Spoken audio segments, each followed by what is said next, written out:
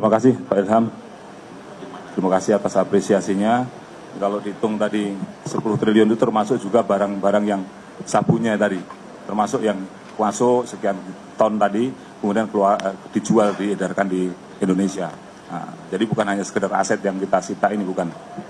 Kemudian apakah ini sebuah terobosan? Ya, memang kita kan sebenarnya sudah melaksanakan pemberantasan narkoba itu sudah sejak lama. Pengungkapan-pengungkapan selalu dilakukan. Tetapi barang ini masih terus ada saja. Nah, oleh karena itu salah satunya adalah melaksanakan joint operation, karena tidak mungkin kita bekerja sendiri. Nah, selain joint operation, ya sekali lagi saya sampaikan tadi, kalau orangnya itu hanya disita barangnya, sabunnya, kemudian dimusnahkan, dia masih punya uang. Nah, kita habiskan uangnya itu. Kalau boleh kita sita uangnya, kita sita aset-asetnya, sehingga kita miskinkan. Supaya nanti dia nggak punya modal lagi untuk jualan, untuk beli alat. Nah, ini salah satu strategi yang kita lakukan, dan yang berikutnya tentu kita tidak bisa bekerja sendiri. Tentu kami akan terus berkolaborasi dengan seluruh stakeholders. Nah, meskipun ini kan dari sisi penegakan hukumnya, nanti juga dengan lembaga pemerintah yang lain, ada Dirjen Imigrasi, dari Dirjen Bea Cukai, dari Kejaksaan, kemudian juga dari Dirjen Pas, dan seluruh stakeholder yang terkait, termasuk juga kerjasama internasional. Ini adalah salah satu bukti, kemarin Bapak Kapolri pada saat MMTC menandatangani kerjasama dengan Royal Thai Police juga dengan Malaysia. Ini adalah salah satu bukti nyata dari apa yang sudah dilakukan. Bukan hanya sekedar tanda tangan, tapi yang dilakukan Pak Kapolri itu sudah membawa hasil sekarang.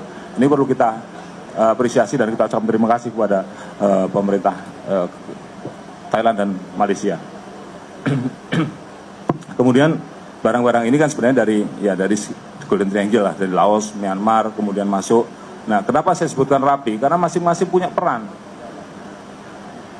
Dan ini terputus. Jadi mereka ada yang bertanggung jawab untuk bikin identitas palsu. Ada yang memang khusus hanya untuk mengambil uang. Jadi agak susah. Termasuk tadi aplikasi yang digunakan, memang diatur dari sana. Jangan gunakan aplikasi percakapan yang biasa digunakan oleh masyarakat umum. Nah, sehingga dipilihlah tadi BlackBerry Messenger, kemudian Wire dan lain sebagainya. Nah, inilah pilihan mereka. Dan ini sudah diatur semuanya. Jadi terstruktur sekali dan terorganisir sekali ke sindikasi ini. Yang biasanya kita hanya menangkap mulai dari pengedar yang kecil, pengecer, pengedar sampai tingkat atas. Nah, ini sekarang kita bisa ungkap yang lebih besar lagi. Dan ini teratur dan terstruktur sekali sindikasi ini. Kemudian bagaimana, apakah ini yang pertama? Ya tentu enggak lah. Dengan Royal Thai dan Malaysia ada beberapa kali juga kita sudah melakukan kerjasama, tapi ini adalah satu kerjasama yang luar biasa. Dan karena kemarin terakhir 3 orang dari Thailand kita ditangkap oleh polisi Thailand, kemudian dikirimkan kita jemput di sana. Kemudian dari Malaysia juga kita ada 2 orang ditangkap di Malaysia, kemudian kita diserahkan sama kita. Nah, ada handing overnya di situ. Dan ini juga tidak lepas dari peran semua pihak. Mungkin itu yang bisa saya berikan jawaban. Kalau dari Thailand, mungkin nanti aja lah ya. Mohon izin Jenderal, kami jelaskan sedikit untuk kepolisian Thailand. So we would like to inform, we would like to convey the questions from the press to Royal Thai Police regarding the cooperation conducted by the Indonesian National Police and Thailand so far until we disclose the case of Freddy Pratama, and especially the wanted person is Freddy Pratama. So what is your big stage forward in regard of arresting Freddy Pratama as wanted person? ตอบเป็นภาษาไทยนะครับจะให้เจ้าหน้าที่เขาแปลก็การปฏิบัติการคราวนี้ก็เป็นครั้งหนึ่งที่ได้ปฏิบัติการร่วมกับเจ้าหน้าที่ตำรวจของอินโดนีเซียแล้วก็ Jaringan Freddy Pratama ini boleh dikatakan sebagai sebuah jaringan yang memang rapi.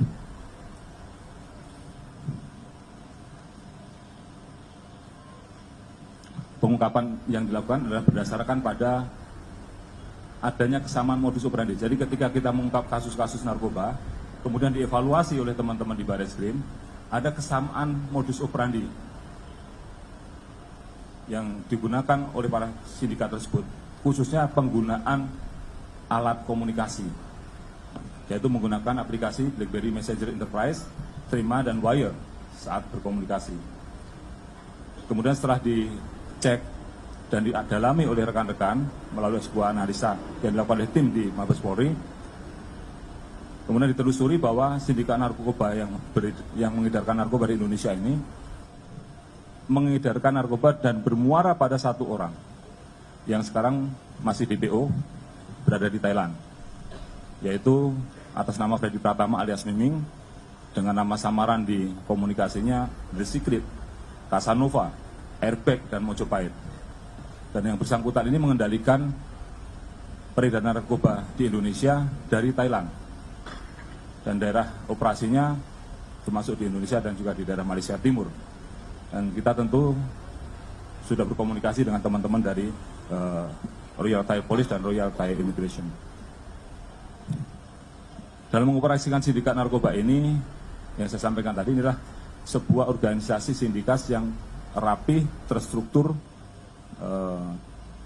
dan sudah diatur sedemikian rupa oleh Freddy Pratama, siapa berbuat apa, ada yang bagian operasional, bagian keuangan, bagian pembuat dokumen, pengumpul dan membawa uang, dan lain sebagainya. Kemudian diatur juga aplikasi yang digunakan, yaitu tidak menggunakan aplikasi-aplikasi yang biasa digunakan oleh masyarakat umum. Kemudian juga menggunakan berbagai rekening bank, tidak hanya satu, tapi banyak sekali rekening bank yang digunakan. Nah, dari pengungkapan kasus ini dapat diidentifikasi struktur jaringannya dengan peran masing-masing. Tentunya Freddy Pratama sebagai mastermind-nya, kemudian ada K alias R sebagai pengendali operasional, kemudian MFN alias Justin sebagai pengendali keuangan, AR sebagai koordinator rekening palsu, FA dan SA sebagai kurir uang cash di luar negeri, KI sebagai koordinator pengumpul uang cash, kemudian T, YP, DS sebagai koordinator penarikan uang, kemudian BFN sebagai pembuat dokumen palsu yaitu KTP dan rekening palsu, kemudian FR, AF sebagai kurir pembawa sabu. Dan saat ini sudah ditetapkan sebagai tersangka. Kemudian barang bukti yang diamankan, yaitu dari barang bukti tidak pidana asal, jumlah aset disita dari TPA senilai 55,02 miliar, terdiri dari, kalau diuangkan, sabu sebanyak 10,2 ton, ini sebagian besar sudah dimusnahkan karena ini kasus dari tahun 2020 sampai tahun 2023, dan sekarang tersisa ada 120 kg yang belum dimusnahkan. Kemudian ekstasi sebanyak 116.346 butir sudah dimusnahkan juga. Kemudian uang tunai sebanyak 4,82 miliar, saldo di rekening di 406 rekening yang diblokir senilai 28,7 miliar. Kemudian kendaraan sebanyak 13 unit, dan bangunan ada 4 buah unit. Sedangkan dari tindak pidana pencucian uang, jumlah aset yang disita dari TPPU dari Barreskrim Polri estimasi sekitar 111 miliar berupa aset tanah dan bangunan, kemudian 109 rekening perbankan, 8 unit kendaraan, dan juga masih ada aset Freddy Pratama yang di Thailand. Kemudian di Polres Bandara ada uang tunai sebesar 31,6.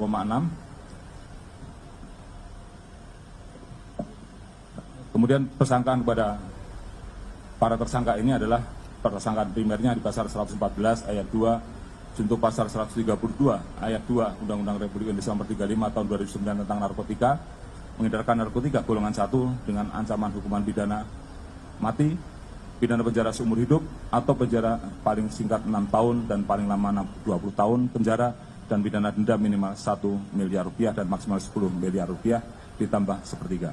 Subsidiarnya pasal 112 ayat 2 junto pasal 132 ayat 2 Undang-Undang Republik Indonesia Nomor 35 Tahun 2009 tentang narkotika.